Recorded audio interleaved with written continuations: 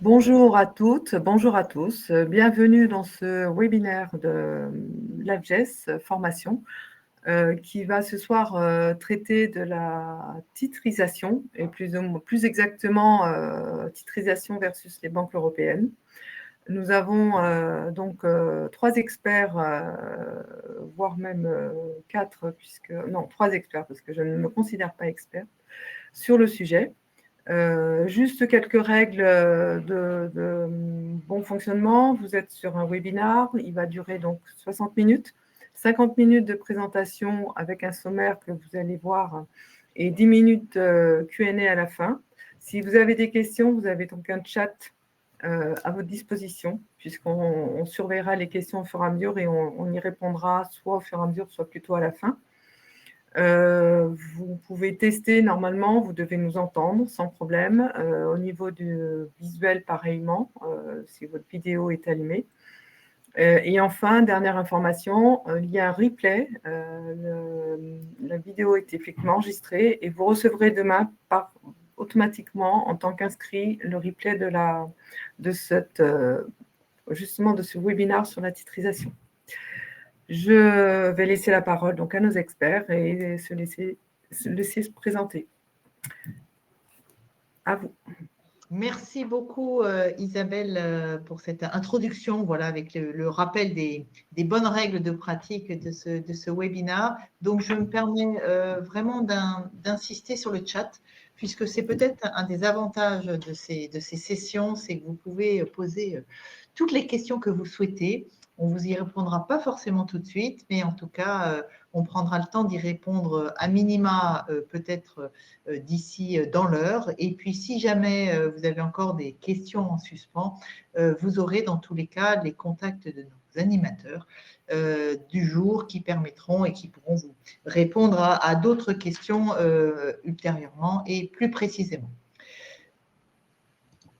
Alors, ce live, bien évidemment, vous est présenté par l'AFGES, comme le disait Isabelle Antoine. Donc, je me présente très rapidement parce que je vais laisser rapidement la parole à Maxime et à Marie-Caliste. Je me présente Béatrice Bonmichel, donc je suis associée de l'AFGES qui vous fait donc cette formation aujourd'hui, présidente également. Et nous sommes donc, je ne sais pas dans quelle mesure vous êtes familier avec votre organisme. Je ne sais pas dans quelle mesure vous êtes familier également avec ces webs que nous réalisons régulièrement. Nous sommes donc un organisme de formation spécialisé dans le secteur financier, donc ça va de la banque, assurance, jusqu'au fintech, PSP, etc. Nous avons également une branche conseil qui est spécialisée également dans ces secteurs d'activité et nous rayonnons un petit peu, que ce soit à la fois en France et à l'étranger. Mais donc, allons rapidement dans le vif du sujet avec tout d'abord l'introduction de nos deux animateurs du jour, Marie-Caliste et Maxime. Alors, je vais laisser Marie-Caliste se présenter en premier et puis ensuite Maxime, et puis on arrivera dans la présentation des objectifs de ce webinaire. Marie-Caliste, à toi, si tu peux te présenter un petit peu tes domaines de compétences et ce que tu fais aujourd'hui pour être légitime à parler de ce beau sujet de titrisation. Merci Béatrice, merci Isabelle pour cette introduction. Alors, je suis Marie-Caliste Ndoumbé, donc je travaille depuis plusieurs années maintenant dans le secteur bancaire et financier. Donc, j'ai fait quelques établissements de la place parisienne. Et donc, ces dernières années, effectivement, je me suis un petit peu spécialisée sur ce thème de titrisation. Et donc, j'ai une vision assez opérationnelle sur le sujet, puisque j'interviens dès la phase de projet, donc avec les collègues structureurs, et puis lors de la mise en place, et comme on dit en RON, pour la gestion et le pilotage des opérations de titrisation sur certains sous-jacents. Voilà. Et donc, avant d'intervenir sur ces thèmes-là, effectivement, j'ai fait de la comptabilité bancaire, du reporting. Et donc, voilà, ces dernières années, effectivement, je me suis spécialisée sur ce thème-là qui me plaît bien et effectivement qui est assez prisé dans notre secteur. Et donc, depuis quelques temps, je suis également formatrice voilà, de l'AVGS que tu as présenté tout à l'heure, Béatrice. Très bien, merci beaucoup Marie-Calice. On va essayer d'apprendre le plus possible de tes retours d'expérience opérationnelle sur ces sujets de titrisation. Maxime, je te laisse te présenter. Oui, merci. Bonsoir à toutes et à tous. Maxime Pontois. Moi, je suis structureur en titrisation chez BPCE, donc au sein de la direction financière. Je structure des titrisations pour le compte du groupe. Donc, ça fait un peu, maintenant 10 ans que je travaille en titrisation. J'ai fait divers postes, notamment, j'ai travaillé chez S&P auparavant pour noter des titrisations européennes, RMBS, ABS. On va faire un petit peu le détail un peu plus tard des différentes classes d'actifs. Et puis avant S&P, j'ai travaillé en banque d'affaires où je structurais aussi des opérations pour des clients corporate et également des banques. Voilà. Très bien, merci beaucoup Maxime. On profitera là encore aussi de tes compétences en matière de structureur pour que tu nous donnes un petit peu toutes les facettes à la fois du métier, mais surtout de ce que tu structures et des enjeux derrière. Alors, quels sont nos objectifs aujourd'hui? Ça va être bien évidemment déjà d'embarquer un petit peu tout le monde avec une parfaite compréhension de tous ces enjeux de titrisation. Qu'est-ce qu'on embarque derrière cette terminologie? Pourquoi on titrise? Quel est l'avantage de la titrisation, etc. Donc, on abordera en premier lieu donc ces attendus. Ensuite, on passera assez rapidement sur les attendus réglementaires parce qu'il est un peu tôt dans le process de réglementation pour vraiment parler avec beaucoup d'affirmation de ce règlement. On l'abordera néanmoins, mais assez rapidement, pour se concentrer ensuite sur les montages innovants, l'avenir de la titrisation, et puis bien évidemment pour mieux appréhender in fine les risques et les points d'attention de cette titrisation qui, au niveau européen, on est en train de parler de milliards, puisque je voyais au premier trimestre 2025, il y a eu plus de 61 milliards d'euros d'actifs qui ont été titrisés. Donc, on parle de montants significatifs. L'Europe attend entre 620 et 630 milliards pour financer la transition verte et compte pour cela sur la titrisation notamment. Bref, on parle en milliards de ce sujet et du coup, on aimerait déjà en premier lieu savoir, et donc l'un et l'autre, vous êtes tout à fait légitime pour répondre. Est-ce que vous pouvez quand même nous expliquer c'est quoi la titrisation en fait? Oui, bien sûr, Béatrice. Alors, la titrisation, c'est une technique financière qui est assez ancienne maintenant, qui nous vient en fait des États-Unis. Et donc, elle consiste à transformer des créances qui sont dites illiquides en titres financiers, donc d'où le terme de titrisation, puisqu'on transforme des créances en titres, généralement dans le but d'obtenir de la liquidité. Donc, je vais prendre un exemple. Si on a, par exemple, ce qu'on appelle un encours de crédit immobilier, c'est-à-dire un client qui a souscrit un crédit immobilier, finalement, vis-à-vis de sa banque, il remboursera ce crédit par des mensualités sur une durée qui aura été définie, par exemple 15, 20, 25 ans. Et l'objectif pour la banque qui cède donc ce crédit immobilier, donc cet encours, à un FCT, donc FCT, Fonds commun de titrisation, c'est en fait d'obtenir de la liquidité tout de suite de la part donc des investisseurs qui viendront donc souscrire ces titres-là dans le fonds commun de titrisation. Donc, voilà ce qu'on peut dire. Donc, en résumé, c'est transformer les créances illiquides en titres de créances qui sont donc négociables sur un marché financier. Donc, on verra un peu plus tard le type d'actif, effectivement, qu'on peut céder à un FCT. Donc, je schématise. Donc, j'ai fait un crédit immobilier dans ma banque et il y a une chance potentiellement pour que mon crédit se retrouve dans un FCT demain pour être titrisé. Donc, si je résume. Tout à fait.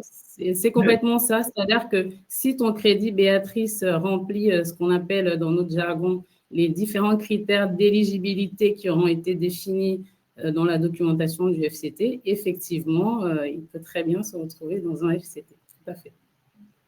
Mais alors, pourquoi en fait on titrise? Alors, tu as parlé de l'enjeu de liquidité, donc ça permet d'obtenir de la liquidité. Est-ce que Maxime, tu peux m'expliquer un peu pourquoi est-ce que c'est qu'un enjeu de liquidité? Est-ce que c'est pour trouver donc des sources de financement? Pourquoi on Oui, titrise avec les expériences un petit peu négatives qu'on a pu avoir par le passé?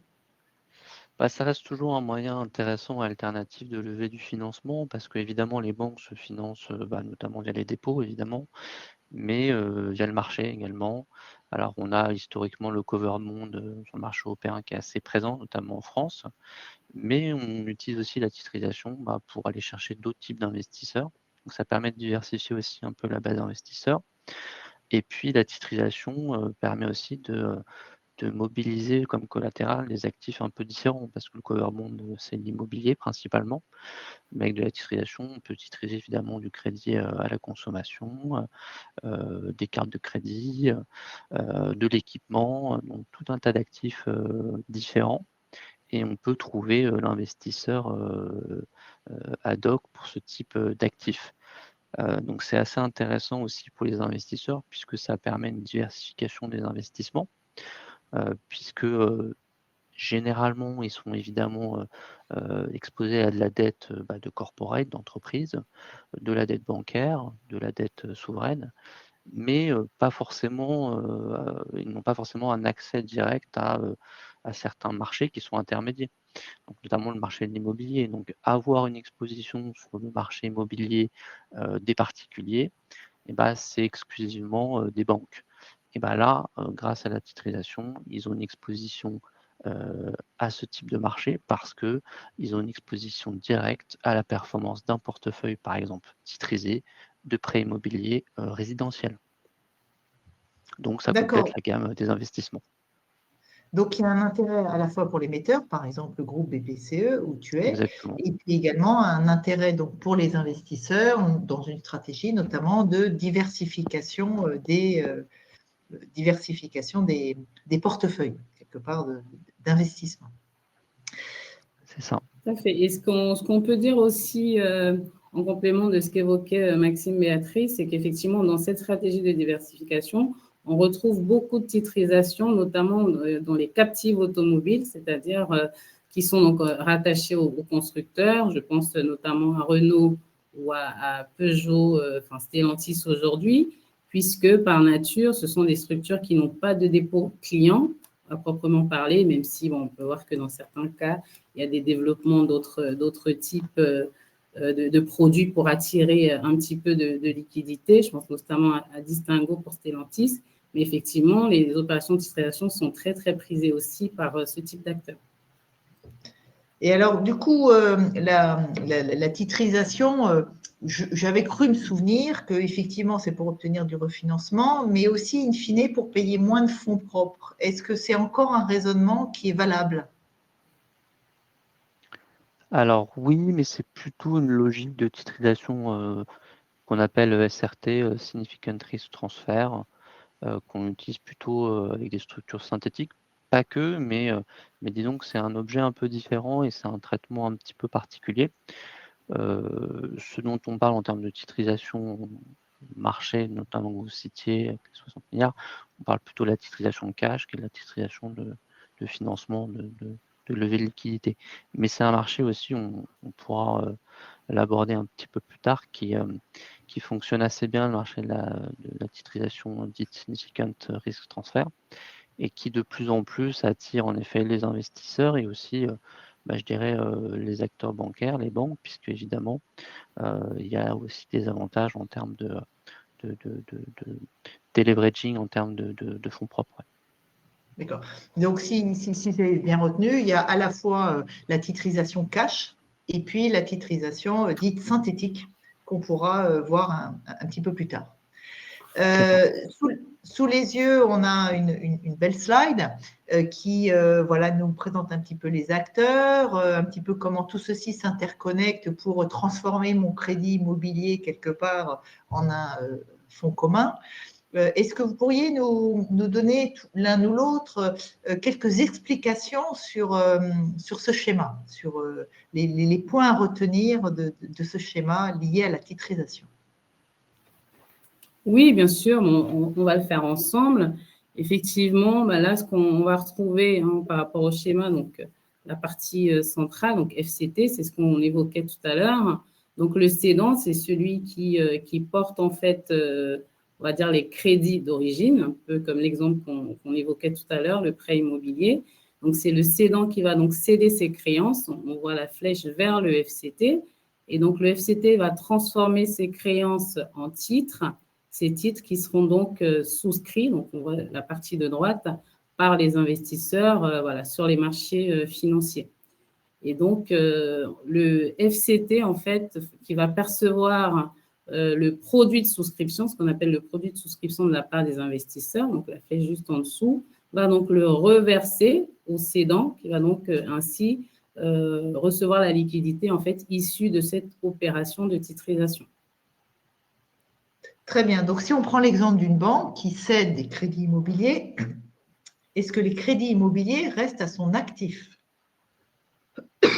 Alors, pas du tout. C'est-à-dire que si on aborde la titrisation dans les normes françaises, effectivement, on parlera de titrisation décomptabilisante, c'est-à-dire que ces crédits sortiront du bilan de la banque pour intégrer effectivement l'entité ad hoc, qui est donc le FCT. Et donc, quand on est dans le cadre d'une titrisation dite non déconsolidante, en fait, quand on se retrouve en norme IFRS, donc en consolidation, on va consolider en fait les deux structures comme si la titrisation n'avait pas eu lieu, avec quelques impacts quand même et ajustements à prévoir en consolidation. Très bien. Et du coup, Maxime, est-ce qu'il y a des points à ajouter? Pardon, j'ai une voix un petit peu éraillée. Est-ce qu'il y a des points à ajouter par rapport à ce schéma? Est-ce que vous avez, Maxime, est-ce que tu as des points Oui, que tu souhaites ajouter? pour un peu, je dirais, compléter ce que dit Marie-Calice, c'est-à-dire qu'en norme IFRS, c'est un peu je dirais, le référentiel basique pour les banques. Comptable de base.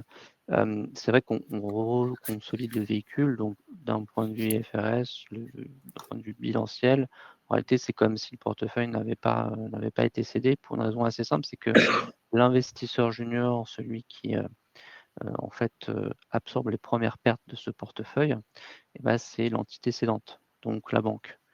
Et donc les investisseurs, eux, sont des investisseurs juniors ou parfois même mezzanine. Ceci étant, le cédant, lui, est toujours partie prenante, puisqu'il y a une règle d'alignement d'intérêt. Il faut absolument que le cédant soit partie prenante de la transaction pour éviter un système où le cédant céderait un petit peu n'importe quoi comme portefeuille, peut-être un portefeuille de mauvaise qualité, et que les investisseurs subissent toutes les pertes. Donc l'idée, évidemment, les investisseurs ne sont pas bêtes. La réglementation européenne aussi s'est immiscée là-dedans et impose un minimum de rétention de 5%. Ça veut dire que l'exposition au portefeuille cédé doit être à minima de 5% pour le cédant. Voilà, pour compléter un petit peu les choses. Très bien. Du coup, est-ce à dire que par rapport à toutes ces règles, la titrisation telle qu'on a connue avec la crise de 2008, est-ce à dire que ce n'est plus possible que ça arrive? Est-ce qu'on a mis en place les garde-fous nécessaires? Oui, alors déjà, oui, peut-être un premier point, oui. c'est que la crise des subprimes, elle est avant tout, je dirais, américaine, comme son nom l'indique. Pour peut-être rappeler un peu ce que c'est que la crise des subprimes, c'est qu'avant tout, c'était des prêts immobiliers qui étaient octroyés à des ménages qui étaient de faible solvabilité, sur la base d'un bien immobilier dont on pensait que la valeur allait augmenter sans cesse dans le temps. Et ces fameux ménages peu solvables avaient de faibles revenus, et des revenus qui ont été aussi je dirais, obéré par le fait qu'il y a une soudaine montée de taux d'intérêt dans un pays où l'octroi de crédit est souvent à taux variable. Il y a eu donc une compression, je dirais, du revenu des ménages qui a entraîné des défauts et une vente massive, hein, de ces biens immobiliers qui, de fait, se sont décotés sur le marché et n'ont pas été suffisamment bien valorisés pour rembourser les crédits. Heu, il se trouve qu'en effet, les banques européennes et les investisseurs européens ont été exposés à ce marché américain puisqu'elles ont beaucoup, à cette époque souscrit, des différentes, titrisations, de ce marché américain et de fait ont été exposées, à ces défauts, avec un effet domino. Mais en réalité, si on considère le marché européen, historiquement et y compris à cette époque-là, a très peu, a été très limité en termes de défauts et plutôt, était plutôt sain avec, un processus d'origination assez sain, tel qu'on connaît d'ailleurs actuellement. Face à ça, évidemment, l'Europe et l'Union européenne, a structuré, de manière un peu plus, adéquate, en tirant les leçons, je dirais, de la crise de 2008, un certain nombre d'éléments, à travers la directive, européenne liée à la titrisation avec, comme je le citais un peu plus tôt, cette obligation d'alignement d'intérêts entre le cédant et les investisseurs avec cette, fameuse 5 de rétention, qui a permis, je dirais aussi de s'assurer qu'on était bien dans un schéma de titrisation saine de financement. Même si en Europe, on n'a pas eu ce type de déboire parce que le marché était beaucoup plus sain. Tout à fait. Donc, pour apporter un petit complément à ce que dit Maxime, ce qu'il faut comprendre, c'est qu'effectivement, on est sur un marché qui est le nôtre. Aux États-Unis, en fait, quand on parle de crise des subprimes, donc c'est ce qu'indiquait Maxime, c'est que ces types de ménages peu solvables, c'est justement ce qu'on appelait des prêts subprime, donc avec un risque supplémentaire, puisqu'il y a également des prêts qui sont dits prime pour une catégorie en fait de débiteurs qui est beaucoup plus saine. Et c'est vrai qu'on est en France et en Europe sur un processus quand même assez réglementé. On le verra par la suite quand on parlera probablement de STS, mais il faut savoir qu'on a l'obligation de céder des créances qui sont quand même d'assez bonne qualité dans notre pratique. Et donc, si on revient sur le schéma, par exemple, on a affiché la banque CAS. Donc, CAS, ça signifie compte d'affectation spéciale. Effectivement, dans notre pratique, encore une fois, en France, on a l'obligation, enfin le cédant a l'obligation d'ouvrir ce type de compte justement pour isoler les remboursements des prêts tels qu'on les voit sur le schéma de son activité d'origine. Donc, ce qui permet aussi quand même de sécuriser un petit peu ce type d'opération en fait par rapport à ce qui se fait notamment aux États-Unis. Alors, je vais me permettre de c'est quand même quelque chose d'assez important à souligner. Merci Marie-Caliste et merci Maxime. Donc, je vais me permettre de prendre une question néanmoins du chat parce qu'elle me semble adaptée au moment où vous parlez du sujet. C'est que, in fine, est-ce qu'on est obligé de créer un nouveau FCT à chaque nouvelle titrisation? Et est-ce qu'un FCT est créé pour chaque banque? Dit autrement, est-ce qu'il pourrait y avoir des FCT qui seraient conjoints, BPCE, BNP, etc. Est-ce qu'il pourrait y avoir des mutualisations de création, de titrisation inter-établissement? Alors, il y a plusieurs questions. La première, c'est que, en général, quand on parle d'une opération de titrisation, ça, implicitement, c'est qu'on crée un FCT dédié pour cette opération. Et on fait une émission dédiée d'un titre senior pour cette opération qui correspond à un portefeuille cible. Disons que c'est le standard de marché. Aujourd'hui, c'est le cas de BPCE, on l'a fait assez récemment, là, au mois d'octobre. On peut fonctionner avec ce qu'on appelle des formats master, c'est-à-dire que c'est un FCT qui est créé une fois et qui rachète sans cesse des créances, donc des prêts immobiliers, et qui réémet continuellement auprès d'investisseurs. Et donc, ça permet de gagner en termes de coûts, puisqu'on ne crée pas à chaque fois un FCT si on veut faire une nouvelle émission. Et en même temps, ça crée aussi une baisse du coût d'analyse du côté investisseur, puisqu'ils connaissent le véhicule, ils connaissent le type d'émission et ils ont plus facilement leur accord crédit pour investir sur ce véhicule qu'ils ont déjà analysé et qu'ils connaissent bien. Mais ça, c'est un cas, je dirais, de format master qui est plus marginal en Europe, surtout en Europe continentale. C'est moins vrai au UK où il y a des programmes master qui existent depuis un certain nombre d'années et qui sont très connus, qui sont d'ailleurs réservés à des émetteurs prime comme peut l'être aussi BPCE. Mais sinon, pour ce qui est de la question de est-ce qu'on peut avoir plusieurs banques qui cèdent un portefeuille à un même FCT, je dirais non si elles n'appartiennent pas au même groupe. Parce que c'est censé, d'un point de vue risque, être un mode d'origination différent, peut-être donc un risque sous-jacent différent.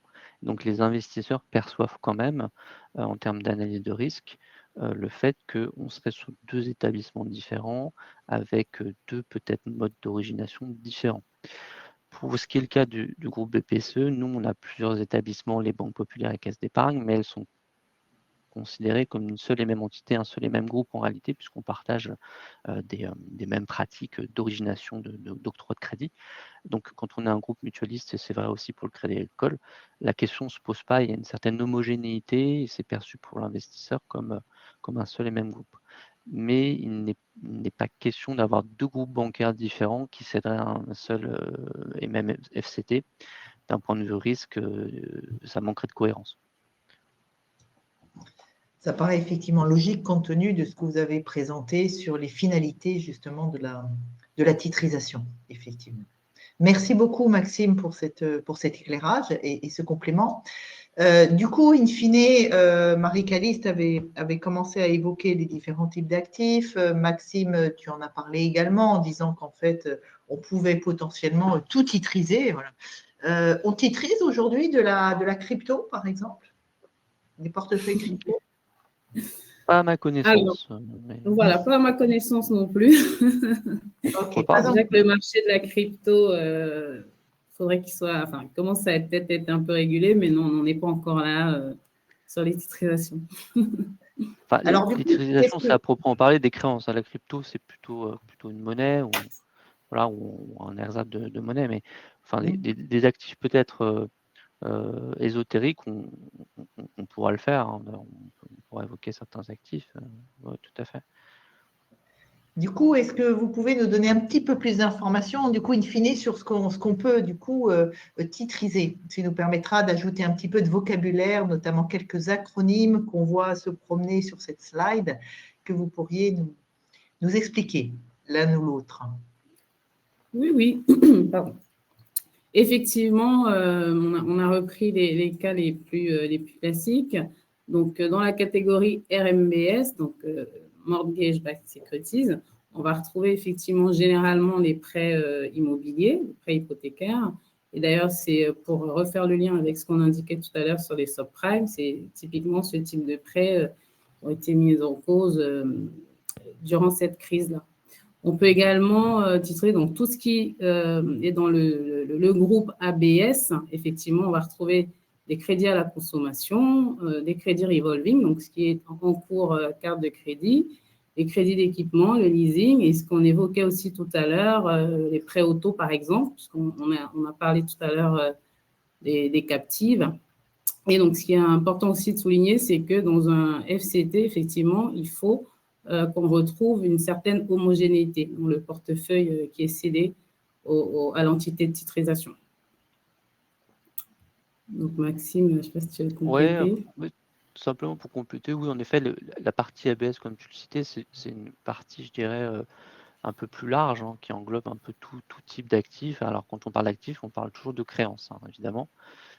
Et donc, ce qu'on voit aussi beaucoup maintenant, c'est l'émergence, ça a toujours été le cas, mais de plus en plus, hein, parce que comme c'est un outil de financement, on voit de plus en plus d'actifs liés au leasing, hein, puisque maintenant, le leasing est à peu près partout, pas uniquement en auto, mais aussi sur de l'équipement. Donc, ça se fait de plus en plus, évidemment. Le factoring également. Factoring aussi, mais alors ça, on est plus sur un marché qui est plutôt privé, financé par des conduits ABCP. Donc c'est un peu différent.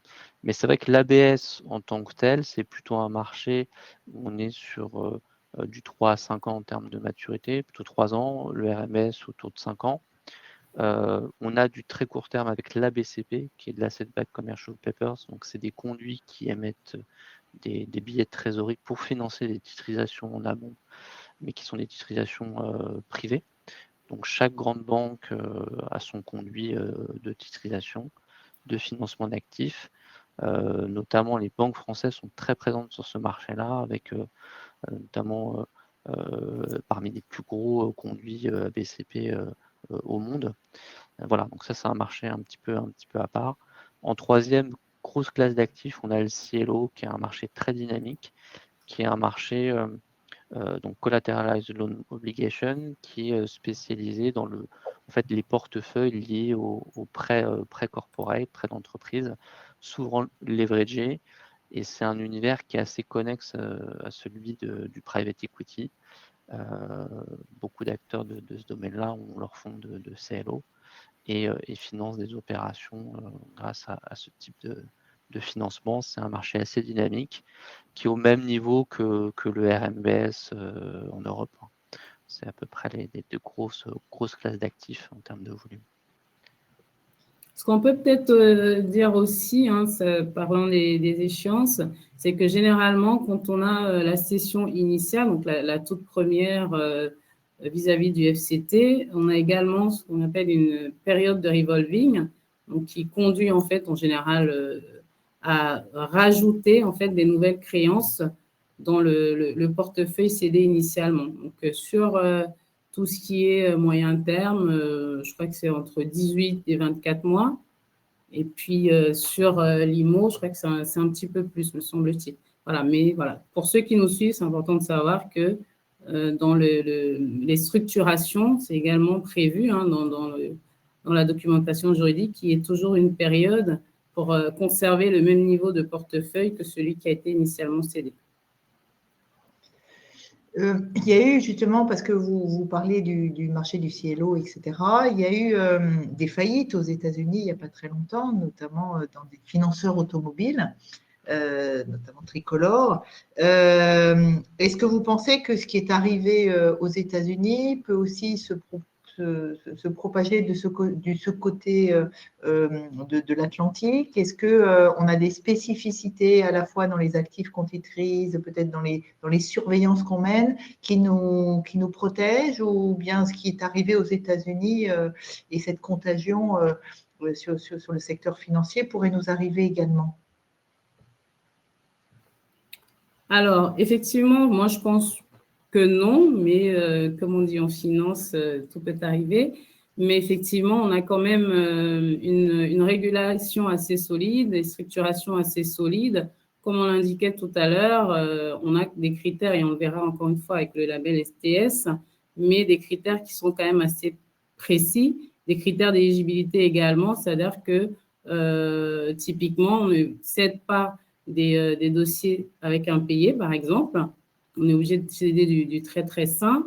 Et il y a également la retitrisation qui est interdite, alors que dans le cas des États-Unis, on a vu qu'il y avait des titrisations, justement, dans ce cadre-là. Donc, je pense qu'on a quand même, en France et en Europe, un cadre, on peut être serein, en tout cas, sur nos process à nous.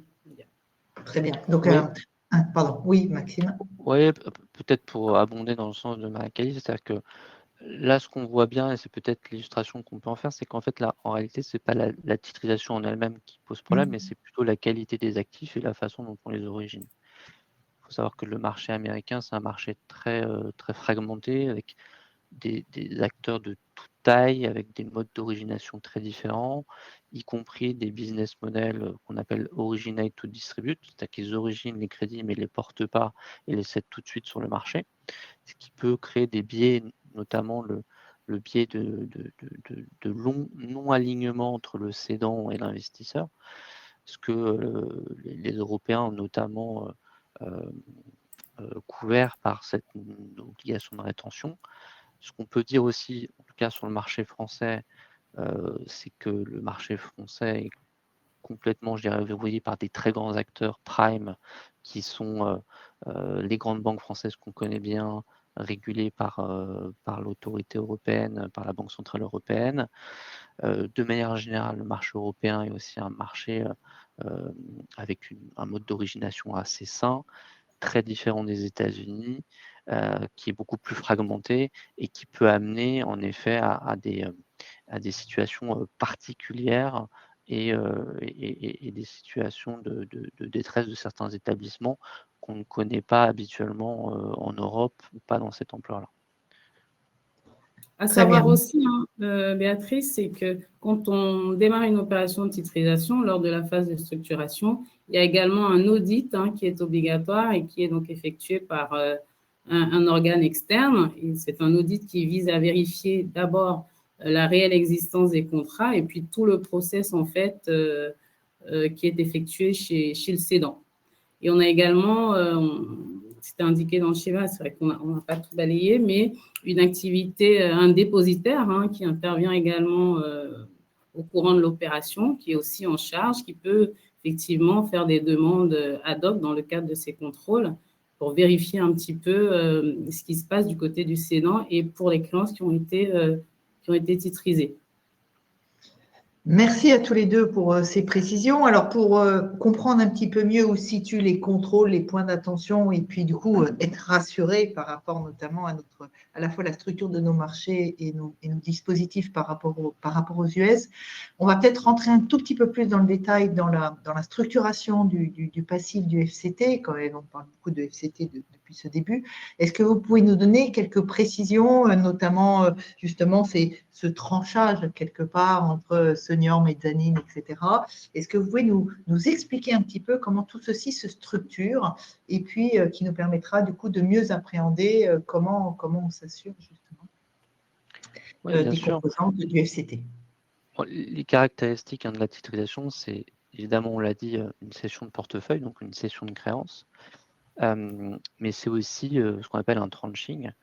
Donc, c'est un financement par le FCT de l'achat de ce portefeuille à travers l'émission de titres. Des titres qui ont c'est pour ça qu'on parle de tranches, qui ont des seniorités différentes.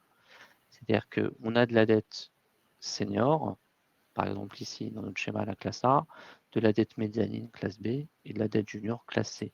Ce qu'on appelle la tranche equity, ce sont les parts résiduelles qui sont nécessaires pour la création du FCT et qui donnent droit à ce qu'on appelle l'excess spread, c'est le revenu net in fine du fonds.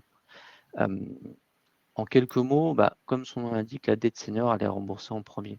C'est ce qui permet notamment aux agences de notation d'attribuer une notation assez élevée, souvent AAA, c'est le cas du marché français et du marché européen. La dette senior est en général AAA. Pourquoi? Parce que ça permet aux cédants qui utilisent un FCT pour se refinancer d'obtenir le meilleur coût de financement. Donc la dette AAA, évidemment, donc la dette senior, c'est un faible coût du risque, mais c'est aussi un faible rendement parce que le risque est faible. La dette mezzanine, c'est un rendement et une exposition intermédiaire au risque. A contrario, évidemment, un titre junior aura une exposition au risque beaucoup plus forte et une rémunération beaucoup plus forte, évidemment. Donc là, c'est vraiment l'intérêt de la titrisation. Aussi obtenir un coût de financement moins élevé parce que quand on est une banque, par exemple, notée A+, avoir un titre sur le marché AAA, ça permet de bénéficier d'un coût de financement moins élevé auprès d'investisseurs. Et pour les investisseurs, ça permet d'avoir une exposition à un marché d'un actif particulier avec une exposition au risque qui est d'un niveau AAA. C'est l'intérêt aussi de la titrisation, la partie tranching. Très bien. Est-ce que Marie-Calice, tu souhaites ajouter des précisions peut-être sur cette gestion du FCT, notamment dans sa partie passive? Oui, ce qu'on peut dire aussi, effectivement, c'est ce qui est indiqué sur la partie de droite. Dans la documentation juridique, on inscrit ce qu'on appelle la waterfall, donc une cascade de paiement. Et en fait, ce fameux tranching va déterminer effectivement les titres qui seront rémunérés en priorité. Et évidemment, l'investisseur qui est détenteur de la dette senior donc de la classe A, évidemment, a une priorité de paiement sur les autres classes de parts. C'est ce qu'on peut ajouter. Très bien. Merci beaucoup pour cette compréhension sur l'importance de la structuration du passif. Et du coup, si on en revient sur le mécanisme même de titrisation, vous avez plusieurs fois évoqué le mot STS, vous avez parlé de ces standards de sécurité quelque part. Est-ce que vous pourriez nous en dire un petit peu plus sur la manière dont on peut être rassuré par ces standards sur le processus de titrisation? Est-ce que vous pourriez nous donner un petit peu plus comment ça fonctionne, ces labels de qualité?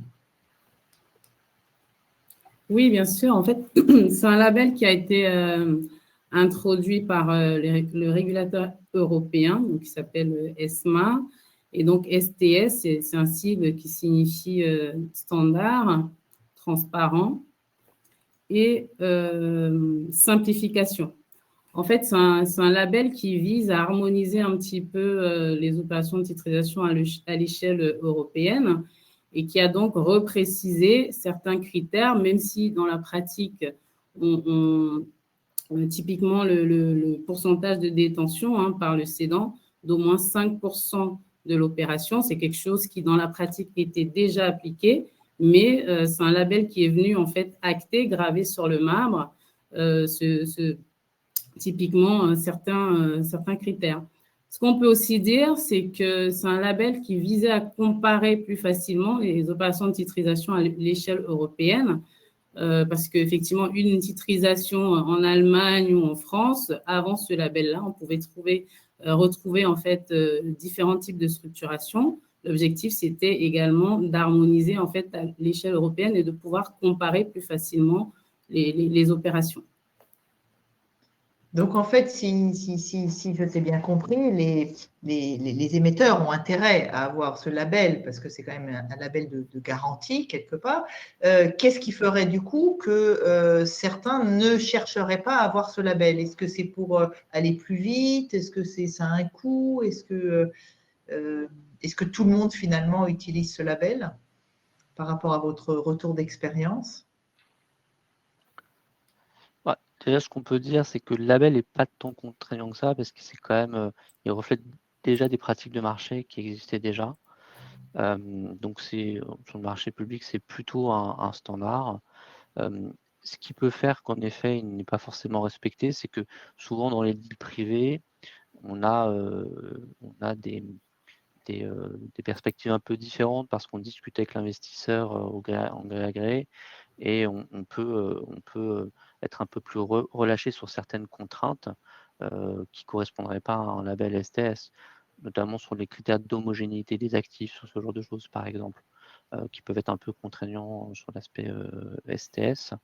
Donc voilà, ça pourrait participer au fait que le label n'est pas validé, mais c'est quand même assez inhabituel parce que ce label-là permet notamment pour des investisseurs qui sont eux-mêmes des banques, souvent, de bénéficier de RWA un peu plus bas, donc de fonds propres un peu plus bas dû à l'exposition d'une titrisation STS.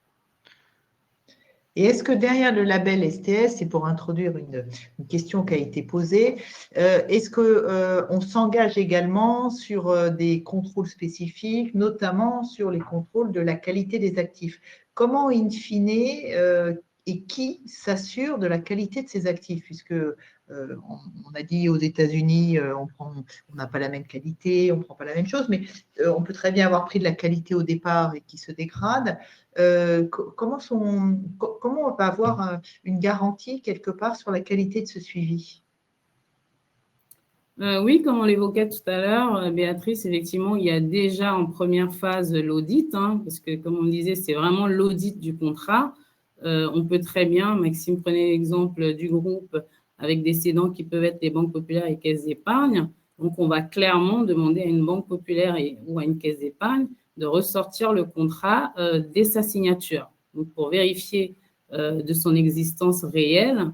Il y a également un audit sur les process d'entreprise, de l'octroi, par exemple, jusqu'au recouvrement de la créance. Donc ça, ce sont des éléments importants à souligner. Et pendant toute la vie de l'opération, comme on disait, il y a le rôle du dépositaire qui se charge aussi périodiquement de faire ce type de contrôle. Des contrôles aléatoires sur des créances, par exemple. Très bien, merci beaucoup. Oui, pardon, Maxime. Si on parle de risque de portefeuille, on peut aussi citer le fait que, évidemment, les agences de notation, quand elles notent un titre, elles se basent sur les performances historiques d'un portefeuille. Et donc, à partir de là, elles analysent une probabilité de défaut et une perte nette attendue qu'elles vont stresser pour avoir un rating AAA, par exemple. Et donc, évidemment, les investisseurs, quand ils sont exposés à un titre AAA, il y a toute une analyse qui est faite par les agences de notation qui vont déterminer un certain nombre de stress avec une méthodologie qui est claire, qui est connue des investisseurs, dont on sait que le niveau d'exposition au risque AAA est, je dirais pas improbable, mais en tout cas suffisamment stressant pour être confortable sur la qualité du niveau attendu de perte sur un titre senior. Ok, merci pour ces précisions à tous les deux. Du coup, comme vous avez un esprit agile, je vais vous faire rebasculer au passif avec un challenge que demande un participant en 3 mots. Est-ce que vous pourriez juste expliquer quand même un tout petit peu comment on détermine la tranche d'un prêt? Oui, bien sûr. Alors, je vais vous laisser plus que 3 mots, mais peut-être pas plus de 3 minutes. Oui, alors on parle de tranche d'un titre du passif du FCT. En fait, comme je le disais, c'est que les agences de notation, elles ont une vision de ce qu'est la probabilité de défaut d'un portefeuille, de sa perte nette attendue. Et à partir de là, on va sizer en tant que structureur le niveau de rehaussement nécessaire pour que la tranche la plus senior ne soit pas impactée en termes de perte. Donc si par exemple on a un portefeuille avec une perte nette attendue de 2%, eh ben, on va s'assurer pour que à minima la tranche junior soit à plus de 2%, de manière à ce que s'il y a des pertes nettes qui sont atteintes dans le portefeuille, à un niveau AAA, eh ben, pour avoir ce rating AAA, la dette senior doit nécessairement être rehaussée, c'est-à-dire avoir un coussin de sécurité à travers l'existence d'une dette junior qui soit supérieure à 2%. Ça, c'est pour le schéma simplifié. Évidemment, le portefeuille génère un cash flow, y compris un cash flow d'intérêt.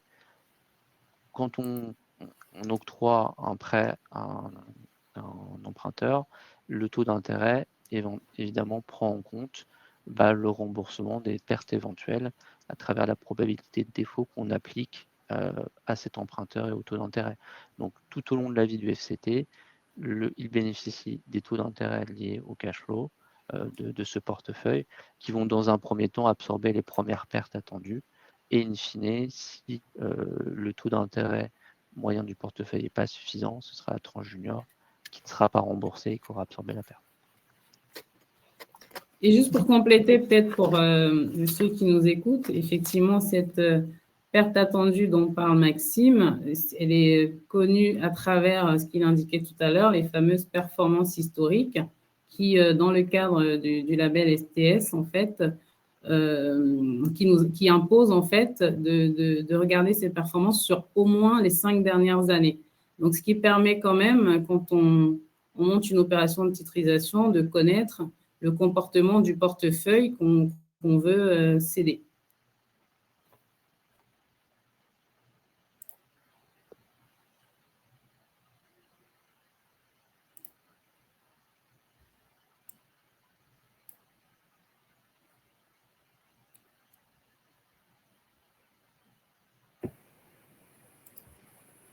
Béatrice?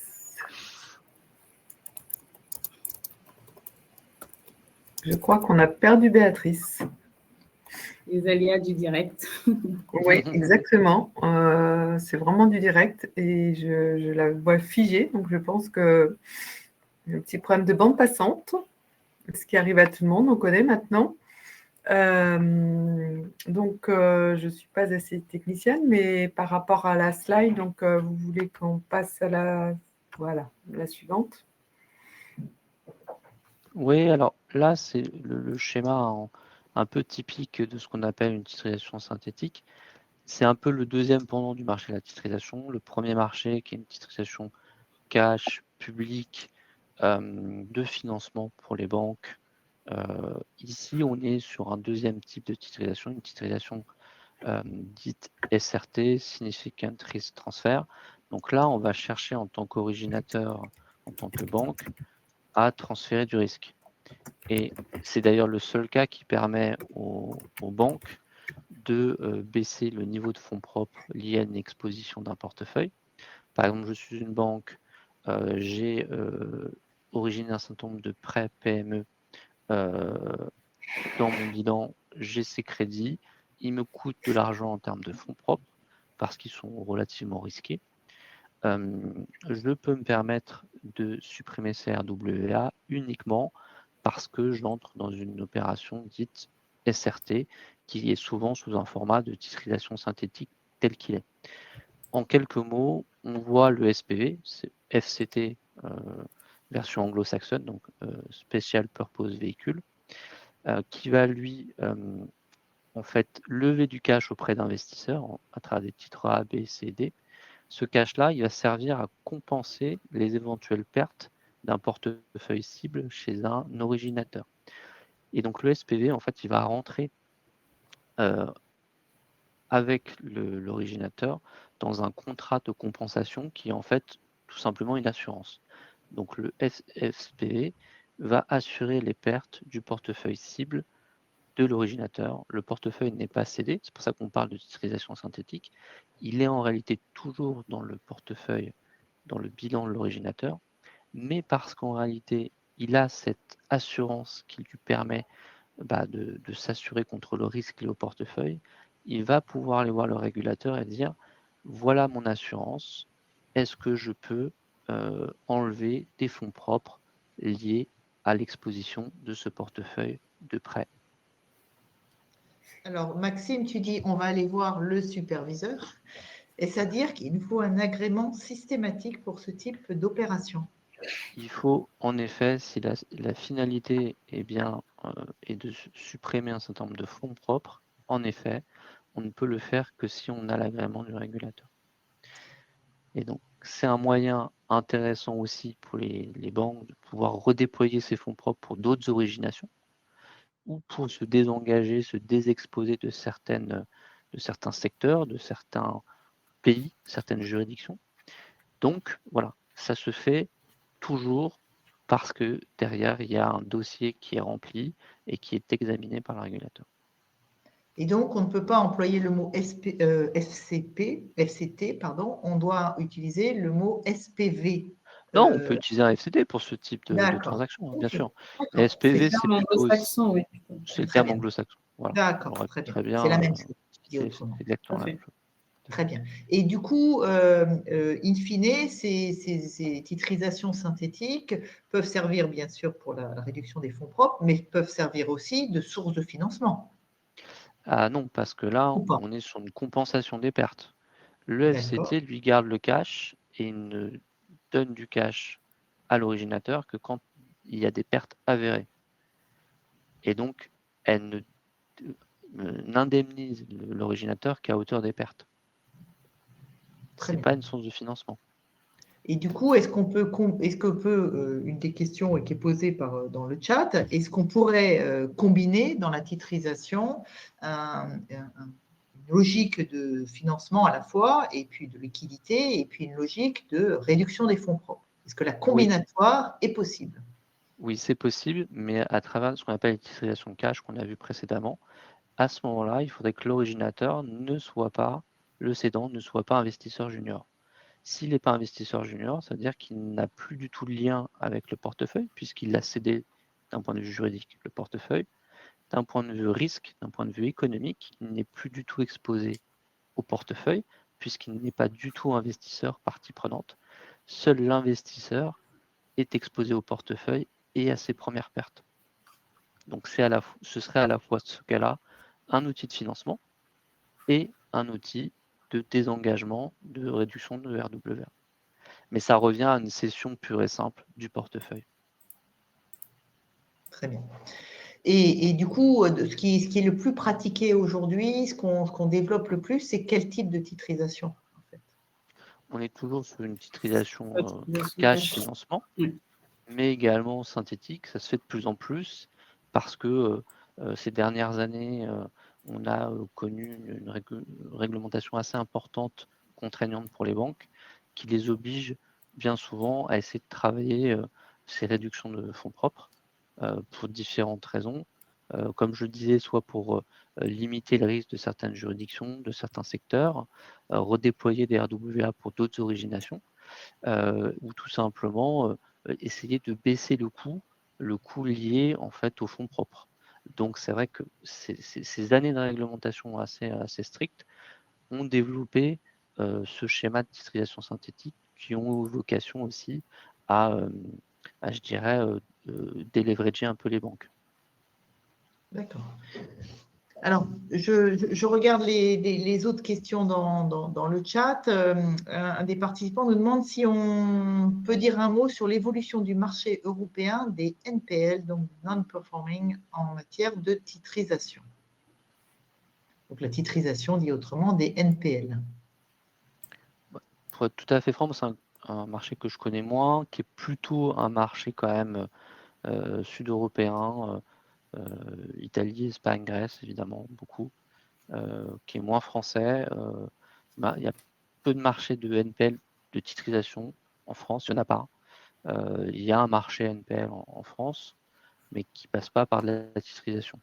Ce qu'on a connu beaucoup sur le marché NPL avec de la titrisation, c'est plutôt sur les pays du Sud. Oui, et puis ça revient un petit peu à ce qu'on disait tout à l'heure, hein, par rapport au cadre qui est appliqué en France, de justement céder plutôt du performing. Donc, c'est vrai que c'est pas, moi, j'ai pas non plus connu dans ma pratique. Très bien, merci. Du coup, ça nous rassure. C'est cohérent, effectivement, avec les propos, les propos précédents. Si on peut dire juste deux mots sur cette évolution réglementaire. Avant ça, on va juste un petit point sur la titrisation verte. Donc, on parle beaucoup de la titrisation verte, etc. Est-ce que vous pouvez nous toucher deux mots par rapport à ça? Est-ce que le groupe BPCE est pas mal engagé dans cette titrisation verte? Qu'est-ce qu'on appelle vert? En fait, dans la titrisation, qu'est-ce qui est vert dans cette titrisation? Alors, je dirais même mieux, le groupe a été primé pour une opération de titrisation. Alors, qu'est-ce qu'on appelle titrisation verte? Encore une fois, si on reprend l'exemple d'un crédit immobilier, aujourd'hui, les critères de titrisation verte, c'est d'aller voir en fait ce que finance le crédit immobilier. Est-ce que c'est un logement basse consommation, par exemple? Et là, à ce moment-là, on peut parler de titrisation verte puisque on va avoir en fait du sous-jacent qui est sur l'économie verte. De la même façon, une titrisation, par exemple, d'un prêt automobile, on va aller regarder est-ce que c'est un véhicule électrique ou hybride. Et là, à ce moment-là, effectivement, une nouvelle fois, on pourra parler de titrisation verte puisque le sous-jacent, le prêt d'origine, sert à financer en fait un bien divers. Voilà. On peut dire pareil, si on finance par exemple des prêts pour acquisition, installation de panneaux solaires typiquement, là, dans ce cadre-là, on peut également parler de titrisation verte. Parce qu'il faut savoir qu'in fine, quand les banques font recours à des titrisations, si c'est dans le but d'obtenir de la liquidité, finalement derrière, c'est pour pouvoir refinancer en fait d'autres clients et donc financer l'économie réelle. Et donc, on va de plus en plus vers une économie dite verte. Et qui fait le scoring de ces titrisations vertes? Qui donne des labels de verdissement quelque part sur ces… Il y a des standards de marché. Peut-être pour compléter, il y a vraiment deux types de titrisation verte. Il y a la première qui est basée sur les actifs et la seconde qui est basée sur l'utilisation du produit de l'émission. Aujourd'hui, groupe BPCE, par exemple, on fait des titrisations vertes, mais en utilisant le produit des émissions, ce qui est assez logique parce que on va employer ce cash-là et s'assurer que ce cash-là soit uniquement employé pour de l'économie verte. Quand on fait du RMBS vert avec la titrisation qu'on a fait par exemple en 2024, qui était verte, on a fait une en 2021, qui a eu un gros succès d'ailleurs, ils ont eu un gros succès ces 2 émissions. On s'est engagé à travers notre framework vert à utiliser le cash pour des financements verts. Et donc, on est audité par un auditeur qui va s'assurer qu'on flèche bien le cash pour ce type de financement et qu'on respecte bien notre framework qui est connu des investisseurs. Et donc, c'est tout à fait traçable à tout moment que ce cash qui est lié donc au produit des émissions de titrisation soit uniquement utilisé pour ce type de financement. Très bien. Donc, il y a 2 logiques, la logique sur les actifs et la logique sur l'utilisation, in fine, du produit de la titrisation. Merci pour ces précisions. Alors, sur les évolutions réglementaires, juste 2 mots avant qu'on passe à la fin de notre web qui arrive, donc proche de son échéance. Est-ce que 2-3 mots peut-être sur ces évolutions réglementaires, sachant qu'on en saura un petit peu plus en 2026 et qu'on aura l'occasion de faire du coup une nouvelle webconférence sur ce sujet-là, mais d'un point de vue plus réglementaire. Est-ce quelque chose qu'il faut craindre, la mise en application? C'est un mastodonte, ça va être révolutionnaire ou Non, ce ne sera pas révolutionnaire. Bon, en fait, pour un petit peu de contexte, parce que la Commission européenne a présenté un certain nombre d'éléments d'amélioration du cadre de la titrisation européenne suite au rapport Draghi sur la compétitivité de l'Union européenne. L'idée, c'est de représenter la titrisation comme un outil de financement alternatif qui peut aider les banques à trouver des sources de financement. Et donc, on fait quand même le constat qu'on a été extrêmement contraignant sur la titrisation d'un point de vue réglementaire. Donc, l'idée, c'est d'essayer de faire des modifications malgré tout qui restent marginales, de manière à pouvoir, je dirais, un peu moins contraindre les banques et permettre de lever plus facilement du cash à travers la titrisation, notamment avec quelques révisions, modifications marginales du label STS pour peut-être le rendre un peu moins lourd d'un point de vue de reporting. Peut-être réduire un petit peu le niveau de rétention qui est aujourd'hui de 5%, peut-être le réduire pour certaines titrisations, rendre éligible aussi au ratio LCR certaines titrisations qui ne l'étaient pas, qui ne le sont pas aujourd'hui.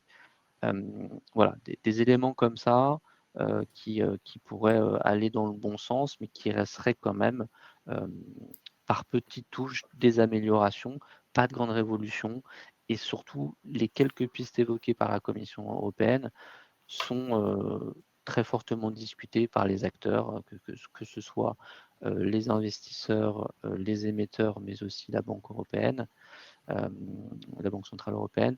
Donc tout ça, c'est des points qui sont en train d'être discutés et rien n'est tout à fait véritablement arrêté. Donc c'est plutôt une réglementation qui vise à accompagner la relance. C'est ça, c'est exactement ce que j'allais ajouter pour dire qu'effectivement, il ne faut pas craindre. L'objectif, c'est justement de dynamiser le marché de la titrisation en Europe, en fait, pour renforcer déjà ce type d'opération, l'attractivité, également stimuler le marché des PME, puisqu'il y a des petites choses quand même pour les titrisations des prêts aux petites et moyennes entreprises, typiquement. Donc oui, l'objectif, c'est vraiment de dynamiser en fait le marché plutôt que l'inverse.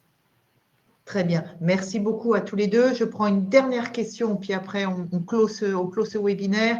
Une question de rentabilité. Quand une banque titrise un portefeuille, elle le vend à des investisseurs pour sa valeur nominale ou plus cher pour avoir un intérêt? Je vous laisse répondre. Non, la norme, c'est de le vendre à la valeur faciale, parce que évidemment, c'est une créance qui est saine. On titrise toujours des créances saines. Et donc, ce qui est assez logique, c'est de le vendre à la valeur faciale, ouais, tout à fait. Et on peut pas le vendre non plus au-dessus de la valeur faciale parce qu'il y a toute une structure derrière. Il faut que la structure puisse vivre avec les cash flows du portefeuille. Donc, il ne faut pas que ce soit surévalué. Il faut que ce soit au bon prix. et que les cash flows liés au taux d'intérêt puissent bénéficier au FCT pour payer ses coûts et payer évidemment le coupon aux investisseurs seniors. Tout à fait. On ne va pas rentrer dans le détail, mais ce qu'on pourrait parfois retrouver dans certains types de structuration, c'est une prime d'émission, mais bon, on ne rentrera pas dans les détails, donc une prime d'émission au cédant. Oui, c'est assez particulier. C'était dans le cas très particulier des taux d'intérêt négatifs. Tout à fait. Très bien. Donc, on titrise pour la liquidité, pour éventuellement payer moins de fonds propres, mais pas forcément faire de la plus-value lors de la revente du produit. Tout à fait. Ça va leur... Très bien. Eh bien, écoutez, on va s'arrêter là, surtout que ma voix, je pense, va limiter aussi. En tout cas, un grand merci à tous les deux. Un grand merci pour vos interactions, pour la qualité de vos réponses. Un grand merci à nos participants. Certains, on n'a pas répondu forcément à toutes les questions, mais je pense qu'on a à 99% répondu aux différentes questions. Vous aurez l'occasion de pouvoir voir le replay. Vous aurez l'occasion aussi d'avoir les coordonnées de nos interlocuteurs si vous voulez leur poser aussi des questions en off. Bien évidemment, Isabelle Antoine sera à votre disposition pour servir d'intermédiaire et pouvoir obtenir des réponses à vos questions. On vous souhaite une très bonne soirée à tous et au plaisir de vous voir dans d'autres webinaires sur d'autres thématiques d'actualité. Merci encore Marie-Calice et Maxime. Merci Isabelle pour l'introduction. Très bonne soirée à tout le monde. Merci à vous tous. Bonne très bonne soirée. Merci. Au revoir.